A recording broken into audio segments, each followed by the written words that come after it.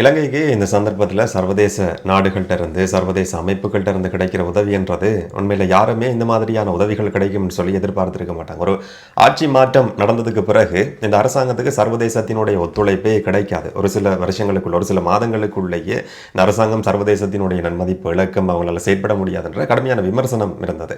ஆனால் இன்றைக்கு பார்க்குற நேரத்தில் எந்த விதமான வித்தியாசமும் இல்லாமல் எல்லா நாடுகளும் போட்டி போட்டுக்கொண்டு உதவுறதை நாங்கள் பார்த்து கொண்டிருக்கிறோம். இன்னைக்கு அமெரிக்காவினுடைய ஒரு மிக முக்கியமான உயர் ராஜதந்திரிக்கும் ஜனாதிபதி அனுரகுமார் திசாநாயகவுக்கும் இடையில் ஒரு சந்திப்பு நடத்தப்படுது.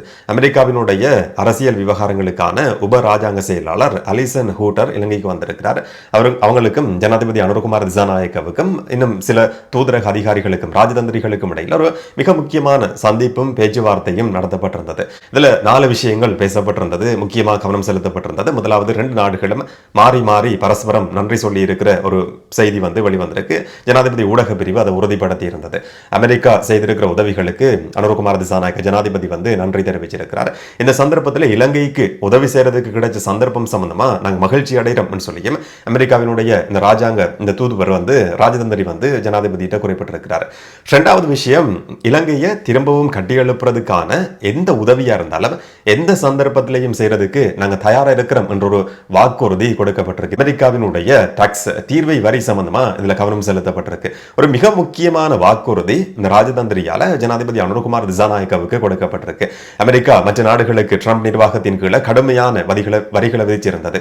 அந்த அடிப்படையில் இலங்கைக்கு விதிக்கப்பட்டிருந்த வரிகள் ஓரளவுக்கு குறைக்கப்பட்டு பேச்சுவார்த்தைகள் நடத்தப்பட்டிருந்தது. அது ஓரளவுக்கு வெற்றி அடைஞ்சிருந்ததுன்னு சொல்லியும் சொல்ல முடியும். ஆனா ட்ரம்ப் சமாளிக்கிறதுன்றது சாதாரணமான ஒரு விஷயம் கிடையாது. நம்ம எல்லாருக்குமே தெரியும். ட்ரம்ப் டாக்ஸ் சொல்லப்படுற ட்ரம்பால விதிக்கப்பட்டிருக்கிற தீர்வை வரிய இன்னும் கொஞ்சம் குறைக்க முடியுமா? இந்த நெருக்கடியான காலகட்டத்தில் இலங்கைக்கு உதவி செய்யற மாதிரி இந்த டாக்ஸை இன்னும் கொஞ்சம் குறைக்கிறதுக்கான பேச்சுவார்த்தைகள் திரும்பவும் ஆரம்பிக்கப்படும் என்ற வாக்குறுதியும் இந்த ராஜதந்திரியால கொடுக்கப்பட்டிருக்கு. இது இலங்கைக்கு கொடுக்கப்படுற ஒரு மிகப்பெரிய நிவாரணமா இருக்கும். பேரிடர் நிலைமையை கருத்தில் கொண்டு இந்த அமெரிக்காவினுடைய டாக்ஸ் இல்லாட்டி ட்ரம்ப் தீர்வை வரியை குறைக்கிறதுக்கான பேச்சுவார்த்தைகள் உடனடியாக ஆரம்பிக்கப்படும் என்ற மாதிரியான ஒரு விஷயமும் இந்த சந்திப்பில் கவனம் செலுத்தப்பட்டிருக்கு. 4வது விஷயம், போதைப்பொருள் ஒழிப்பு செயற்பாடுகளுக்கு இந்த அரசாங்கம் செய்து கொண்டிருக்கிற போதைப்பொருள் ஒழிப்பு செயற்பாடுகளுக்கு அமெரிக்காவினுடைய உதவி எந்த சந்தர்ப்பத்திலையும் கிடைக்கும் என்ற வாக்குறுதியும் கொடுக்கப்பட்டிருக்கு. இந்த பேரனர்த்தம் ஏற்படாமல் இருந்திருக்குமா இருந்தால் இந்த மாதிரியான ஒரு வாக்குறுதி என்றது மிக முக்கியமானதாக இருந்திருக்கும். போதைப்பொருள் ஒழிப்பு செயற்பாட்டில் தொழில்நுட்ப உதவிகள் பெற்றுக் கொள்ளப்பட்டிருக்கும். சில புலனாய்வு உதவிகள் என்ற அடிப்படையில் கூட அமெரிக்காவினுடைய உதவிகள் பெரும்பாலும் இதுக்கு கிடைச்சிருக்கிறதுக்கான சந்தர்ப்பம் இருக்கு. அமெரிக்காவினுடைய பலம் என்றதுக்காக பயன்படுத்தப்பட்டிருக்கு. ஆனால் இந்த சந்தர்ப்பத்தில் அமெரிக்காவினுடைய ஹெலிகாப்டர்கள், விமானங்கள், அமெரிக்காவினுடைய பாதுகாப்பு தரப்பு மீட்பு நடவடிக்கையிலையும் நிவாரண விநியோக செயற்பாட்டிலையும் ஈடுபட்டு வருது. ஆனால் போதைப்பொருள் ஒழிப்பு செயற்பாட்டுக்கும் முக்கியத்துவம் கொடுக்கப்படும் என்ற வாக்குறுதியும் கொடுக்கப்பட்டிருக்கு. இதில் இந்த மாதிரியான ஒரு சில மிக முக்கியமான விஷயங்கள் பேசப்பட்டிருந்தது. இன்னும் ராஜதந்திர ரீதியான ஒரு சில சந்திப்புகளும் ஒரு சில உதவிகளும் தொடர்ச்சியாக கிடைச்சு கொண்டிருக்கு. கொழும்புல இருக்கிற ராஜதந்திரிகள் என்ன செய்திருக்கிறாங்கன்னு சொன்னா, தூதரக அதிகாரிகள், தூதுவர்கள் எல்லாருமே இணைஞ்சு எங்களுடைய மாத சம்பளத்தை நாங்கள் இலங்கை மக்களுக்காக கொடுக்கிறோம் சொல்லி முன் வந்திருக்கிறாங்க. 3.6 மில்லியன் ரூபாய் நன்கொடையா கொடுக்கப்பட்டிருக்கு. இந்தோனேஷியாவினுடைய தூதுவர் வெளியுறவு அமைச்சர் விஜித ஹீரத்திட இதுக்கான காசோலையை உத்தியோகபூர்வமாக கையளிச்சிருக்கிறார். Korea, Switzerland, Palestine, Maldives, Oman, Italy என்று சொல்லப்படுற பல நாடுகளினுடைய ராஜதந்திரிகளும் இதில் கலந்து கொண்டிருக்கிறாங்க. 3.6 மில்லியன் ரூபாய் இல்லாட்டி தூதுவர்கள் என்ற அடிப்படையில் பார்க்குற நேரத்தில் இது பெரிய தொகையாக இல்லாமல் இருக்க முடியும். ஆனால் இது ஒரு முன்னுதாரணம். அதுவும் வெளிநாடுகளை சேர்ந்த நபர்கள் இன்னும் ஒரு நாட்டுக்காக எங்களுடைய மாத சம்பளத்தை நாங்கள் அர்ப்பணிக்கிறோம், நாங்கள் நன்கொடையாக கொடுக்கிறோம் சொல்லி இருக்கிறதுன்றது ஒரு முன்னுதாரணம். சிலர் சொல்லுவாங்க ஒரு 1000 ரூபாய் கொடுக்கப்படுது, 1 லட்சம் ரூபாய் கொடுக்கப்படுது, இதெல்லாம் பெரிய விஷயமான்ற மாதிரி சில இடங்களில் பேசப்படலாம்.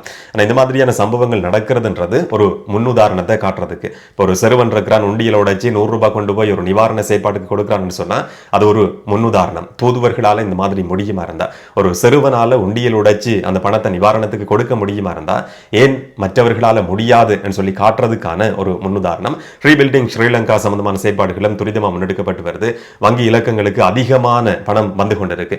நேற்றும் அந்த வங்கி இலக்கம் சம்பந்தமா என்னோட சிலர் கேட்டிருந்தாங்க. எல்லாருக்கும் முடிஞ்ச வரைக்கும் நானும் அந்த தகவல்களை வந்து ஷேர் பண்ணியிருக்கிறேன். நீங்களும் உங்களுடைய நண்பர்களுக்கு, உங்களுக்கு தெரிஞ்சவங்களுக்கு ஷேர் பண்ணுங்க. வசதியானவர்கள் இல்லாட்டி இருக்கிறவர்கள் தங்களால் எவ்வளவு முடியுமோ இலங்கை மக்களுக்கான உதவி என்ற அடிப்படையில் வெளிநாடுகளை சேர்ந்தவர்கள், தூதுவர்கள் உதவி செய்யும் போது, நான் முதல்ல சொன்ன மாதிரி சிறுவர்கள் உண்டியல் உடைச்சி உதவி செய்யும் போது ஏன் எங்களால் முடியாது, எங்களோட மக்களுக்காக எங்களால் ஏன் முடியாது என்ற ஒரு கேள்வியும் இருக்கு. அந்த மாதிரி முடிஞ்ச வரைக்கும் நாங்களும் உதவி செய்ய வேண்டியதும் முக்கியமானது.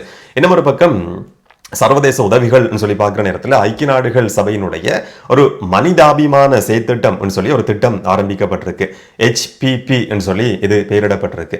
அடுத்து வரப்போற 4 மாதங்களுக்குள்ள இலங்கை மக்கள்கிட்ட வாழ்க்கையை கட்டியெழுப்புறதுக்குன்னு சொல்லி 35 மில்லியன் அமெரிக்க டாலர் 35 மில்லியன் அமெரிக்க டாலரை திரட்டுறதுக்கான ஒரு செயற்பாடு, ஒரு திட்டம் வந்து ஆரம்பிக்கப்பட்டிருக்கு. இது உண்மையிலேயே வரவேற்கப்பட வேண்டிய ஒரு திட்டம். ஒரு சர்வதேச அமைப்பு, ஐக்கிய நாடுகள் சபையினுடைய பேரிடர் பிரிவு வந்து சர்வதேச சமூகத்திட்ட ஒரு கோரிக்கையை நேரடியா முன் வச்சிருக்கு. இலங்கை மக்கள் ஒரு இக்கட்டான நிலைமையில இருக்கிறாங்க. ஒரு மீட்பு நடவடிக்கை முன்னெடுக்கப்படுது, நிவாரண செயற்பாடு முன்னெடுக்கப்படுது. இதுக்கு அடுத்த கட்டமா பொதுமக்களினுடைய வாழ்க்கையை வளம நிலைமைக்கு திருப்ப வேண்டியிருக்கு. அதுக்கு உதவி செய்யுங்கன்னு சொல்லி சர்வதேச சமூகத்திட்ட ஐக்கிய நாடுகள் சபையினுடைய பேரிடர் பிரிவு வந்து ஒரு வேண்டுகோளை முன் வச்சிருக்கு. அடுத்து வர போற 4 மாதங்களுக்குள்ள 35 மில்லியன் அமெரிக்க டாலர் நிதியை திரட்டி இதன் மூலமா 6,58,000க்கும் அதிகமான மக்களுக்கு உதவி செய்யறதை நோக்கமாக கொண்டு இந்த செயற்திட்டம் என்றது ஆரம்பிக்கப்பட்டிருக்கு. ஏற்கனவே ஐக்கிய நாடுகள் சபையினுடைய இந்த அவசர பிரிவால 4.5 மில்லியன் அமெரிக்க டாலர் இலங்கைக்கு நெருக்கடியான சந்தர்ப்பத்தில் வந்து உடனடியாகவே அறிவிக்கப்பட்டிருந்தது. இன்னொரு பக்கம் மீட்பு நடவடிக்கைக்கு பிறகு பொதுமக்களினுடைய வாழ்க்கையை கட்டியெழுப்புறதுக்கான செயற்பாடு என்ற அடிப்படையில் இப்ப நடத்தப்பட்டு கொண்டிருக்கிற சில செயற்பாடுகளுக்கு சட்ட ரீதியான அங்கீகாரம் என்றதும் முக்கியமானது. சர்வதேச அமைப்புகள், சர்வதேச நாடுகள், சில தனியார் பிரிவுகள் உதவி செய்து கொண்டிருந்தாலும் சட்ட ரீதியில இதை முன்னெடுக்க வேண்டியதும் மிக முக்கியமானது என்ற அடிப்படையில் இன்றைக்கு அமைச்சரவையில் 2 மிக முக்கியமான தீர்மானங்கள் எடுக்கப்பட்டிருக்கு. உலக வங்கியினுடைய பணத்தையும் ஆசிய அபிவிருத்தி வங்கியினுடைய பணத்தையும் இந்த பேரிடர் நிலைமைகளுக்கு பயன்படுத்துறதுக்குன்னு சொல்லி அமைச்சரவையினுடைய, அதாவது உத்தியோகபூர்வமான அனுமதி நேற்றைய கூட்டத்தில் பெற்றுக்கொள்ளப்பட்டிருந்தது. இன்றைக்கு அது உத்தியோகபூர்வமா அறிவிக்கப்பட்டிருக்கு. 2009ஆம் ஆண்டில் உருவாக்கப்பட்ட ஆசிய அபிவிருத்தி வங்கியினுடைய பேரிடர் நிதியத்தால ஏற்கனவே 3 மில்லியன் அமெரிக்க டாலர் அறிவிக்கப்பட்டிருந்தது.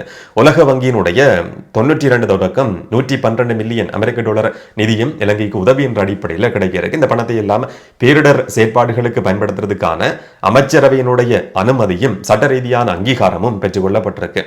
இன்னொரு பக்கம் சர்வதேச படைகள், வெளிநாடுகளினுடைய இராணுவத்தால தொடர்ச்சியான மனிதாபிமான செயற்பாடுகள், மீட்பு நடவடிக்கைகள் முன்னெடுக்கப்பட்டு வருது. அதிலும் குறிப்பா இந்திய ராணுவத்தினுடைய செயற்பாடுகள் தீவிரமான முறையில் இன்றைக்கும் கூட நடத்தப்பட்டிருக்கு. தொடர்ச்சியா அந்த மாதிரியான செயற்பாடுகள் நடத்தப்பட்டு வருது. கடந்த ஒரு சில நாட்களிலையும் பாலங்கள், வீதிகள் புனரமைக்கப்பட்ட செயற்பாடுகள் முன்னெடுக்கப்பட்டிருந்தது.